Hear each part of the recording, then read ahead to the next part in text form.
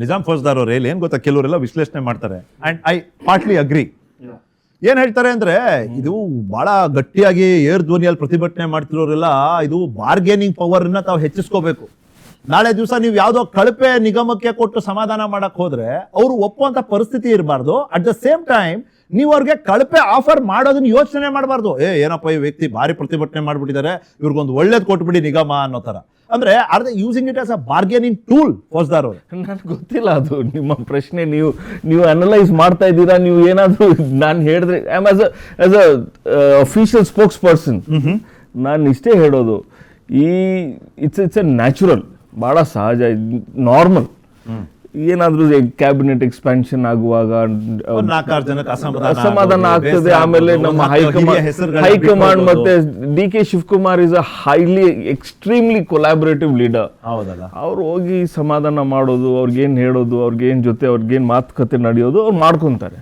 ಅದರಲ್ಲಿ ಸ್ವಲ್ಪ ಜನರಿಗೆ ಹೌದು, ಒಂದು 5 ಸತಿ 4 ಸತಿ 6 ಸತಿ ಶಾಸಕ ಆಗಿ ಅದಾದ್ಮೇಲೆ ಅವ್ರಿಗೆ ಒಂದು ಸಂಪುಟ ಇದು ಎಕ್ಸ್ಪಾನ್ಷನ್ ಅಲ್ಲಿ ಅವ್ರಿಗೆ ಒಂದು ಸ್ಥಾನ ಸಿಗ್ಗಿಲ್ಲ ಅಂತ ಒಂದು ಹೃದಯದಲ್ಲಿ ಸ್ವಲ್ಪ ನೋಡ್ತದೆ. 1 ನಿಮಿಷ ಸರ್ ನಿಖಿಲ್ ಅವರೇ, ಅದರಲ್ಲಿ ಏನೋ ಒಂದು ಸ್ವಲ್ಪ ಬೇಸರ, ಒಂದು ಏನೋ ಎಕ್ಸಿಬಿಷನ್ ಆಗ್ತದೆ ಅದರಲ್ಲಿ. ಆದರೆ ಒಂದು ಪಾರ್ಟಿ ಚೌಕಟ್ಟದಲ್ಲಿ ಅವ್ರು ಇದ್ದೇ ಇರ್ತಾರೆ. ಅವ್ರು ನಮ್ಮ ಜೊತೆ ಒಂದು 6 ಸತಿ 5 ಸತಿ ಶಾಸಕರು ಆದಮೇಲೆ it's ideological commitment to the party. ಆ ಸಂದರ್ಭದಲ್ಲಿ this is a 2 day 3 day process. ಏನು ನಾವು ತಲೆ ಕೆಡಿಸ್ಕೊಳ್ಳೋದು, ಏನು ಟೆನ್ಷನ್ ಇಲ್ಲ, ಯಾರು ಏನು ಅಷ್ಟು ತಲೆ ಕೆಡಿಸ್ಕೊಳ್ಳಿಲ್ಲ ಅಂದ್ರೆ ಇಬ್ರು ನೂತನ ಸಚಿವರನ್ನ ಯಾಕೆ ಕಳಿಸಿದ್ರಿ ಕೃಷ್ಣಪ್ಪ ಅವ್ರ ಮನೆಗೆ? That is the process. ಅದು ನೋಡಿ, ಬಾಲಕೃಷ್ಣ ಅವರು ಭಾಳ is a very senior leader. ಅವರು ಮತ್ತು ಕೃಷ್ಣಪ್ಪ ಅವರು ಭಾಳ ಸ್ನೇಹಿತರು. ಅವರು ಎಲ್ಲ ನಮ್ಮ ಪಾರ್ಟಿಯಲ್ಲಿ ಎಲ್ಲರೂ ಭಾಳ ವರ್ಷದಿಂದ ಅವರು ಇದು ಆಡಳಿತ ನಡೆಸ್ಕೊಂಡು ಬಂದಿದ್ದಾರೆ, ಪಾಲಿಟಿಕ್ಸ್ ಮಾಡಿದ್ದಾರೆ, ಅವರು ಎಲೆಕ್ಷನ್ನು ಮಾಡಿದ್ದಾರೆ ಜೊತೆ. ಅದರಲ್ಲಿ ಆ ಸಂದರ್ಭದಲ್ಲಿ ಬರ್ತಾರೆ, ನಾನು ನೋಡ್ರಿ ನಿಖಿಲ್ ಅವರೇ ಆಗಿದೆ, ನಾವು ನಿಮ್ ಜೊತೆ ಹೇಳ್ತೀವಿ ಅಂತ. ಈಗ ಯಶವಂತ ರಾಯಗೌಡರು ಪಾಟೀಲ್ ಅವರು ನಿನ್ನೆ ರೆಸಿಗ್ನೇಷನ್ ಕೊಟ್ಟರು, ಅದು ಅರ್ಧಂಬರ್ಧಕ್ಕೆ ನಿಂತಿದೆ. ಅದು ಏನಾಗಿದೆ ಅಂತ ನಮ್ಗೆ ಇನ್ನೂ ಪೂರ್ಣ ಪ್ರಮಾಣದಲ್ಲಿ ಗೊತ್ತಿಲ್ಲ. If it has been accepted, is not an MLA anymore. One minute, Beluru Gopal Krishna ಅವ್ರು ನಿನ್ನೆ ಹೇಳಿದ್ರು, ಇಲ್ಲ ರಾಜೀನಾಮೆನೆ ನನಗೆ ಇದು ಅವಶ್ಯಕತೆ ಇಲ್ಲ, ಏನ್ ಅವ್ರ ಮಕ್ಕಳು ಮಾತ್ರ ಆಗ್ಬೇಕಾ, ನಾನು ಅದೇ ಜಾತಿ ಅದೇ ಜಿಲ್ಲೆ. ಹೀಗಿದ್ದಾಗ I am sorry, I have to cut it off. ನನ್ನ ಜೊತೆ ಈಗ ನೂತನವಾಗಿ ಪ್ರಮಾಣ ವಚನ ಸ್ವೀಕರಿಸಿ ಸಂಪುಟವನ್ನ ಪ್ರವೇಶಿಸಿರುವಂತ ಜೇವರ್ಗಿ ಕ್ಷೇತ್ರದ ಶಾಸಕರು ಇನ್ನು ಮುಂದಿನ ದಿನಗಳಲ್ಲಿ ಸಚಿವರಾಗಿ ಗುರುತಿಸಿಕೊಳ್ಳುವಂತ ಅಜಯ್ ಸಿಂಗ್ ಅವರಿದ್ದಾರೆ. Ajay Singh, thank you. Doctor Ajay Singh, thank you ನಿಮ್ಮ ಸಮಯಕ್ಕಾಗಿ. ನಿಖಿಲ್ ಜೋಶಿ ಮಾತಾಡ್ತೀನಿ. ಸ್ವಾಗತ ನಿಮಗೆ PNS ವಿಸ್ತಾರಾಗೆ. Let me start by ಕಂಗ್ರಾಚುಲೇಟಿಂಗ್.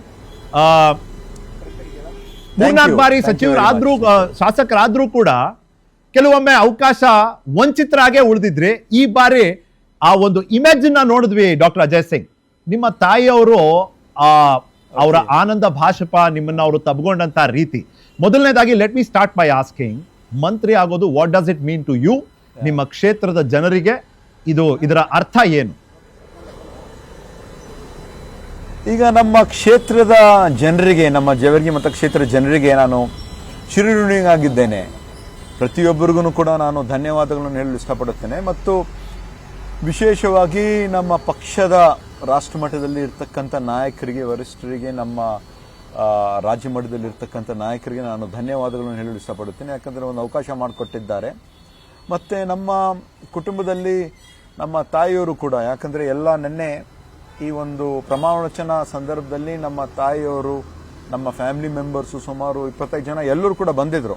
Raj Bhavan ಬಂದು ಸುಮಾರು 22 ವರ್ಷ ಆಗಿತ್ತು. ನಮ್ಮ ತಂದೆಯವರು ಕರ್ನಾಟಕ ರಾಜ್ಯದ ಮುಖ್ಯಮಂತ್ರಿಯಾಗಿ ಒಂದು ಪ್ರಮಾಣ ವಚನ ಸ್ವೀಕಾರ 28 ಮೇ 2004ರಲ್ಲಿ ಮಾಡಿದರು.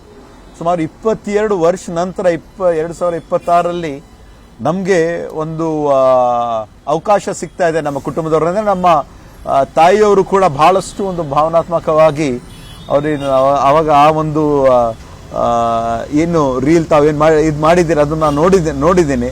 ಭಾಳ ನಮ್ಮ ಫ್ಯಾಮಿಲಿಗೆ ಭಾಳ ಒಂದು ಇಮೋಷನಲ್ ಒಂದು ಟೈಮ್ ಇತ್ತಿದ್ದು. ರೈಟ್. ಇವಾಗ ಸಾಕಷ್ಟು ಚರ್ಚೆ ನಡೀತಿದೆ. ಐ ಆಮ್ ಶೋರ್ ನಿಮ್ಮ ಕೈಗೂ ಒಂದು ಪಟ್ಟಿ ಬಂದಿರುತ್ತೆ. 2-3 ಪಟ್ಟಿ ಇದೆ ನನ್ನ ಹತ್ರ. ಏನ್ ಸರ್? ಒಂದು ಪಟ್ಟಿನಲ್ಲಿ ಡಾಕ್ಟರ್ ಅಜಯ್ ಸಿಂಗು ಎಜುಕೇಶನ್ ಮಿನಿಸ್ಟ್ರಿಯಲ್ಲಿದ್ದಾರೆ, ಮತ್ತೊಂದು ಪಟ್ಟಿಯಲ್ಲಿ ಡಾಕ್ಟರ್ ಅಜಯ್ ಸಿಂಗ್ ಸಣ್ಣ ಕೈಗಾರಿಕಾ ಖಾತೆಯನ್ನ ಹೊಂದಿದ್ದಾರೆ. ಬಟ್ ಡಾಕ್ಟರ್ ಅಜಯ್ ಸಿಂಗ್ ಏನ್ ಬೇಕು ಅಂತ ನೀವೇನ್ ಟಿವಿ ಕಾರ್ಯಕ್ರಮದಲ್ಲೇನು ಹೇಳೋದಿಲ್ಲ ನಮ್ಗೆ. I am sure about that. But if you can share anything at all on these lines. Okay, ನಾನು ಶಾಸಕನಾಗಿಂತ ಮೊದಲು ನಾನು ಒಬ್ಬ ವೈದ್ಯನಾಗಿದ್ದೀನಿ. ಆಬ್ವಿಯಸ್ಲಿ ನನ್ನ ಇಂಟ್ರೆಸ್ಟು ಹೆಲ್ತು ಮತ್ತು ಎಜುಕೇಷನ್ನು ಹೆಚ್ಚಿನ ಒಂದು ರೀತಿಯಲ್ಲಿದೆ. ಏನಾದರೂ ಒಂದು ನಾನು ಚೇಂಜಸ್ ಇಮಿಡಿಯೇಟ್ಲಿ ನಾನು ಮಾಡಬಹುದು.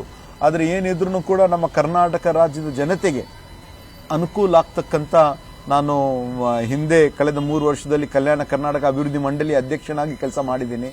ಸುಮಾರು 1,12,00,000 ಜನಸಂಖ್ಯೆ ಇದೆ, 41 ಕ್ಷೇತ್ರ, 7 ಜಿಲ್ಲೆ.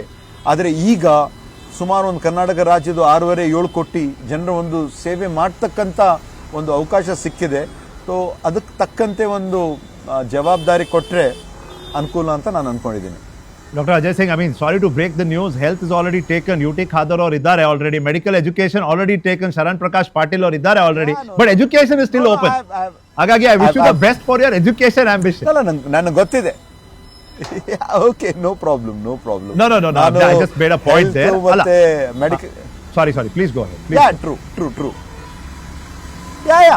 ಅದರಲ್ಲಿ ಏನಿಲ್ಲ.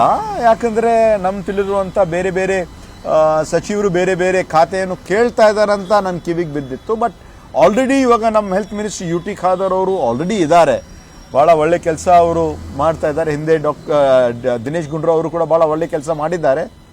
ಈಗ ಮೆಡಿಕಲ್ ಎಜುಕೇಷನ್ ಸಚಿವರಾಗಿ ಡಾಕ್ಟರ್ ಶರಣ್ ಪ್ರಕಾಶ್ ಪಾಟೀಲ್ ಅವರು ಕೂಡ ಇದ್ದಾರೆ. ಬಸ್ ಒಂದು ವೇಳೆ ಏನಾದರೆ ಅವರು ಖುದ್ದಾಗಿ ಬೇರೆ ಏನಾದರೂ ಒಂದಿದ್ದು ಮಾಡಿದ್ರೆ ಅವಾಗ ಅಂತ ವಿಚಾರ ಆಯಿತು ಅಷ್ಟೇ. ಓಕೆ, ಡಾಕ್ಟರ್ ಅಜಯ್ ಸಿಂಗ್, ನೀವು ಗಮನಿಸ್ತೀರಾ ಅಲ್ವಾ, ಇದೆಲ್ಲ ಅಸಮಾಧಾನದ ಅಲೆ ಆದರೂ ತಲೆ ಕೆಡಿಸ್ಕೊಳ್ತಿಲ್ಲ CM. ರಾಜೀನಾಮೆಯ ಒಂದು ಬೆದರಿಕೆಗಳು ಬೇರೆ ನಡೀತಾ ಇದೆ. ನೀವು you are in a happy space, but ನಿಮ್ಮ ಸಹೋದ್ಯೋಗಿಗಳಿಗೆ, ಟು ಯುವರ್ ಪಾರ್ಟಿ ಮೆನ್ ಏನು ಹೇಳಕ್ ಬಯಸ್ತೀರಿ? ಇಲ್ಲ, ನಾನು ಒಪ್ಕೊಳ್ತೀನಿ. ನಾನು 2018ರಲ್ಲೂ ಕೂಡ ನಾನು ಅವರು ಜಾಗದಲ್ಲಿದ್ದೆ. ನಾನು 2018ರಲ್ಲಿ ಆಕಾಂಕ್ಷಿ ಇದ್ದೆ, 2023ರಲ್ಲಿ ಆಕಾಂಕ್ಷಿ ಇದ್ದೆ ನಾನು. ಮತ್ತು ಮಾನ್ಯ ಮುಖ್ಯಮಂತ್ರಿ ಅವರು ಕೂಡ ನಿನ್ನೆ ಪತ್ರಿಕಾಗೋಷ್ಠಿಯಲ್ಲಿ ಅವ್ರು ಹೇಳಿದ್ರು, ಅವರು ಮತ್ತು ಉಪಮುಖ್ಯಮಂತ್ರಿ ಅವರು ಕೂತಿದ್ದಾಗ ಅವರು ಹಿಂದೆ ಇರ್ತಕ್ಕಂಥ ನಮ್ಮ ತಂದೆಯವರು ಧರಮ್ ಸಿಂಗ್ ಸಾಹೇಬ್ರ ಒಂದು ಕ್ಯಾಬಿನೆಟಲ್ಲಿ ಅವ್ರಿಗೆ ಒಂದು ಮಂತ್ರಿಯ ಒಂದು ಅವಕಾಶ ಸಿಗಲಿಲ್ಲ. ಮತ್ತು 2013ರಲ್ಲಿ ಸಿದ್ದರಾಮಯ್ಯ ಅವರು ಕೂಡ ಮುಖ್ಯಮಂತ್ರಿ ಇರ್ತಕ್ಕಂಥ ಒಂದು ಸಂದರ್ಭದಲ್ಲಿ ಅವಾಗಲೂ ಕೂಡ ಮೊದಲು 6 ತಿಂಗಳು ಏನಿತ್ತು ಅಲ್ಲಿ DK ಶಿವಕುಮಾರ್ ಅವರು ಮಾನ್ಯ ಮುಖ್ಯಮಂತ್ರಿ ಅವರು ಕೂಡ ಸಚಿವರಾಗಿರಲಿಲ್ಲ, ಅವ್ರಿಗೆ ಅವಕಾಶ ಸಿಕ್ಕಿರಲಿಲ್ಲ. ಮತ್ತು ಉಪಮುಖ್ಯಮಂತ್ರಿಗಳಾಗಿರುವಂಥ ಡಾಕ್ಟರ್ ಪರಮೇಶ್ವರ್ ಅವರು ಕೂಡ ಅವಕಾಶ ಸಿಕ್ಕಿರಲಿಲ್ಲ. ಆದರೆ ನಾವು ಬಹಳ ಒಂದು ಪೇಷನ್ಸ್ ಆಗಿ ಇರಬೇಕು, ತಾಳ್ಮೆ ಇರಬೇಕು. ನಾನು ಒಪ್ಕೊಳ್ತೀನಿ, ಬಹಳಷ್ಟು ಜನ ಅರ್ಹರಿದ್ದಾರೆ ಅಲ್ಲಿ. 3, 4, 5, 6 ಸತಿ, 7 ಸತಿ. ಮತ್ತು ಆರ್ ವಿ ದೇಶಪಾಂಡೆ ಅವರು ಕೂಡ ಸುಮಾರು 9 ಸತಿ ಗೆದ್ದಿದ್ದಾರೆ. ಮತ್ತು ದಿನೇಶ್ ಗುಂಡೂರಾವ್ ಅವರು ಸುಮಾರು 6 ಸತಿ ಗೆದ್ದಿದ್ದಾರೆ. ಆ ಥರ ಒಂದು ರೀತಿಯಿಂದ ನಾವು ನೋಡ್ತಾ ಇದ್ದೀವಿ. ಆದರೆ ಎಲ್ಲರಿಗೆ ಈ ಒಂದು ಏನೋ ಒಂದು 15% ಅಂತ ಒಂದು 15%ಗಿಂತ ಹೆಚ್ಚಾಗಿ ಮಂತ್ರಿ ಸ್ಥಾನ ತಗೊಳಕ್ ಬರಲ್ಲ ಅಂತ ಇದೆಯಲ್ಲ, ಇದರಿಂದ ಬಹಳಷ್ಟು ಒಂದು ತೊಂದರೆ ಆಗ್ತಾ ಇದೆ. ಇಲ್ಲಾಂದ್ರೆ ಬಹಳಷ್ಟು ಅರ್ಹರು ಶಾಸಕರು ಇದ್ದಾರೆ, ಮಾಜಿ ಸಚಿವರು ಕೂಡ ಇದ್ದಾರೆ. ಆದರೆ ನಾನು ಅವ್ರಿಗೆ ಏನೋ ಒಂದು ರಿಕ್ವೆಸ್ಟ್ ಮಾಡಬೇಕಂತ ಇದ್ರೆ, ಒಂದು ಅವ್ರು ಯಾವಾಗಲೂ ಕೂಡ ಪಕ್ಷ ಒಂದು ಒಳ್ಳೆ ರೀತಿಯಿಂದ ಒಂದು ತೀರ್ಮಾನ ತಗೊಳ್ತಾರಂತ ಮಾನ್ಯ ಮುಖ್ಯಮಂತ್ರಿಯವರು ನನ್ನ ಹೇಳ್ತಾ ಇದ್ರು. ನಿಮ್ಮ ಪಕ್ಷದ ಒಬ್ಬ ಅಸಮಾಧಾನಗೊಂಡಂಥ ಶಾಸಕರು, ಅವರು ನಿರೀಕ್ಷೆ ಇಟ್ಕೊಂಡಿದ್ರು ಸಚಿವರಾಗ್ತೀವಿ ಅಂತ, ಅವರೊಂದು ಮಾತು ಹೇಳ್ತಾರೆ, ಇಲ್ಲಿ ಬರೀ ಮುಖ್ಯಮಂತ್ರಿ ಮಕ್ಕಳಿಗೆ ಮಾತ್ರ ಜಾಗ ಇರೋದು ಅಂತ. ಆದರೆ ಆಸ್ ಅ ಕೌಂಟರ್, ಒಬ್ಬ ಮುಖ್ಯಮಂತ್ರಿ ಮಗನನ್ನ ಬಿಟ್ಬಿಟ್ರಲ್ಲ ಕ್ಯಾಬಿನೆಟ್ ಇಂದ, ಗುಂಡೂರಾಯರ ಮಗನನ್ನ, ದಿನೇಶ್ ಗುಂಡೂರಾವ್ ಅವ್ರನ್ನ ಹೊರಗಿಟ್ರಲ್ಲ ಕ್ಯಾಬಿನೆಟ್ ಇಂದ. ಆದ್ರೆ probably was pointing to you. ಏನ್ ಹೇಳ್ತೀರಿ? ಹೌದು, ಈಗ ಮುಖ್ಯಮಂತ್ರಿ ಅವ್ರ ಮಕ್ಕಳಂದ್ರೆ ಇವಾಗ ಇವತ್ತಿನ ದಿವಸ ಕ್ಯಾಬಿನೆಟ್ ಅಲ್ಲಿ ಇರೋರು 3 ಜನ ಇದ್ದಾರೆ. ಅದರಲ್ಲಿ ನಾನು ಅನ್ಕೊಂಡಿದ್ದೀನಿ ಎಲ್ಲರೂ ನಾವು 3 ಜನ ಇದ್ದೀವಿ, ನಮಗೆ ಒಂದು ಅವಕಾಶ ಮಾಡಿಕೊಟ್ಟಿದ್ದಾರೆ. ಸೊ ಬಹುಶಃ ಹಿಂದೆ ಇರ್ತಕ್ಕಂಥ ಒಂದು ಸಂದರ್ಭದಲ್ಲಿ ಕೂಡ ಅವಕಾಶ ನಮಗೂ ಕೂಡ ಸಿಕ್ಕಿರಲಿಲ್ಲ. ಆದರೆ ಅವ್ರು ಹೇಳ್ತಾ ಇರೋದನ್ನು ಕೂಡ ಅವರು ಅರ್ಹರಿದ್ದಾರೆ. ಇವತ್ತಿಲ್ಲ ಅಂದ್ರೆ ನಾಳೆ ಅವ್ರಿಗೂ ಅವಕಾಶ ಸಿಗ್ಬೋದು ಅಂತ ನಾನು ಅನ್ಕೊಂಡಿದ್ದೀನಿ. ಈ ಪೋರ್ಟ್ಫೋಲಿಯೋ ಡಿಸ್ಟ್ರಿಬ್ಯೂಷನ್ ನಲ್ಲಿ ಎಷ್ಟು ಡಿಲೇ ಆಗುತ್ತೋ ಅಷ್ಟೇ ಗೊಂದಲ ಅಂತ ಈಗ ನೆಕ್ಸ್ಟ್ ರೌಂಡ್ ಚರ್ಚೆ ಆಗಿರೋದು. ಇವತ್ತಿನ ಚರ್ಚೆಯ ವಿಷಯ doctor Ajay Singh, just for your notice, ಬಹು ಆಯಾಮದ ಬೇಗುದಿ, multi dimensional problems. That's what the chief minister and the government is facing. ನೀವು ಯು ಹ್ಯಾವ್ ಅಲ್ಲ ಈ ಸಮಾಧಾನ ಅಂತ ಎಲ್ಲೆಲ್ಲಿ ಮಾಡೋದು ಅಂತ ಅಂದ್ರೆ ದ ಮೋರ್ ಯು ಡಿಲೇ ಈ ಖಾತೆ ಹಂಚಿಕೆನ ಅಷ್ಟೇ ಮತ್ತಷ್ಟು ಸಮಸ್ಯೆ ಗೊಂದಲ ಏನನ್ಸುತ್ತೆ ನಿಮಗೆ? What is your view? ಈಗ ಪ್ರಮಾಣ ವಚನ ಆಗಿ ಸುಮಾರು ಒಂದು 24-27 ತಾಸು ಆಗಿದೆ ಅಷ್ಟೇ. ಅಷ್ಟೇ. ಈಗ ನಾವು ನೋಡ್ತಾ ಇದ್ದೀವಿ 26 ತಾಸು ಆಗಿದೆ ನಾವು ನೋಡ್ತಾ ಇದ್ದೀವಿ. ಇದ್ರ ಬಗ್ಗೆ ಮೊದಲೇ ಇಷ್ಟೊಂದು ಒಂದು ಗೊಂದಲ ಇತ್ತು. ಬಹಳಷ್ಟು ಜನ ಅರ್ಹರಿದ್ರು, ಅದರಲ್ಲೇ 19-20 ಜನರಿಗೆ ಆಯ್ಕೆ ಮಾಡಬೇಕು ಅಂದರೆ ಬಹಳಷ್ಟು ಸಂಕಷ್ಟ ಇತ್ತು. ಸೊ ಆ ಒಂದು ಕಾರಣಕ್ಕಾಗಿ ಮೊದಲ ಆದ್ಯತೆ ಅದು ಕ್ಯಾಬಿನೆಟ್ ಫಾರ್ಮೇಷನ್ ಅಂತ ಇತ್ತು. ಬಹುಶಃ ಈಗ ಈ ಒಂದು ಪೋರ್ಟ್ಫೋಲಿಯೋ ಡಿಸ್ಟ್ರಿಬ್ಯೂಷನ್ ನಾಳೆ ಆಗ್ಬಿಡ್ತದೆ ಅಂತ ನಾನು ಅನ್ಕೊಂಡಿದ್ದೀನಿ. ರೈಟ್. ನಿಮ್ಮ ಕ್ಷೇತ್ರದ ಜನಕ್ಕೆ ಅಫ್ಕೋರ್ಸ್ PNS ವಿಸ್ತಾರದ ವೀಕ್ಷಕರಿಗೆ ಏನ್ ಹೇಳಿ ಬಯಸ್ತೀರಿ ಡಾಕ್ಟರ್ ಅಜಯ್ ಸಿಂಗ್? ನಮ್ಮ ಮತಕ್ಷೇತ್ರದ ಜನರಿಗೆ, ಜೇವರ್ಗಿ ಮತಕ್ಷೇತ್ರದ ಜನರಿಗೆ ನಾನು ಚಿರಋಣಿಯಾಗಿದ್ದೀನಿ. ಅವರ ಒಂದು ಸಹಕಾರ, ಸಹಯೋಗ ಮತ್ತು ಆಶೀರ್ವಾದದಿಂದ ಪ್ರತಿಯೊಬ್ಬರಿಗೆ ನಾನು ಹೃತ್ಪೂರ್ವಕವಾದ ಧನ್ಯವಾದವನ್ನು ಹೇಳಲು ಇಷ್ಟಪಡುತ್ತೇನೆ. ಯಾಕಂದರೆ ಅವರ ಒಂದು ಆಶೀರ್ವಾದದಿಂದ ನನ್ನ ಮೇಲೆ ಏನು ಒಂದು ನಂಬಿಕೆ, ವಿಶ್ವಾಸವನ್ನು ಇಟ್ಕೊಂಡು ನನಗೆ 3 ಸತಿ ಆಯ್ಕೆ ಮಾಡಿ ಕಳಿಸಿದ್ದಾರೆ. ಅವರ ಒಂದು ಸಹಕಾರದಿಂದ ಇವತ್ತು ಈ ಒಂದು ಹುದ್ದೆ ನಂಗೆ ಸಿಕ್ಕಿದೆ. ಅವರ ಪರವಾಗಿ ನಾನು ಕೆಲಸ ಮಾಡ್ತಕ್ಕಂಥ ಈಗಾಗಲೇ ಸುಮಾರು ಕಳೆದ 3 ವರ್ಷದಲ್ಲಿ ಬಹಳಷ್ಟು ಅಭಿವೃದ್ಧಿ ಕೆಲಸ ಕಾರ್ಯಗಳು ಆಗಿವೆ. ಇನ್ನು ಮುಂದೇನು ಕೂಡ ಮುಂದೆ 2 ವರ್ಷದಲ್ಲೂ ಕೂಡ ಮಾಡ್ತೀನಿ ಅಂತ ಹೇಳಲು ಇಷ್ಟಪಡುತ್ತೇನೆ. You are not a part of this panel doctor Ajay Singh, but still ನಿಮ್ಮ ಪಕ್ಷದ ವಕ್ತಾರರೇ ಒಂದು ಮಾತು ಹೇಳಬೇಕು ಅಂತ ಬಯಸ್ತಿದ್ದಾರೆ. So I have to let him do that. ಯಾಕಂದ್ರೆ ನೀವಿಬ್ರು ಅದೇ ಪಕ್ಷದಲ್ಲಿ ಇರೋದ್ರಿಂದ. Doctor Nizam Faujdar please. Ajay bhai, Nizam Fauzdar here. Congratulations and may God bless you. At the same time, make sure you Thank make you very the much. Karnataka very proud, and especially your constituency and your father.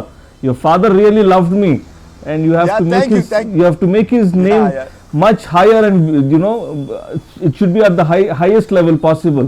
Congratulations again.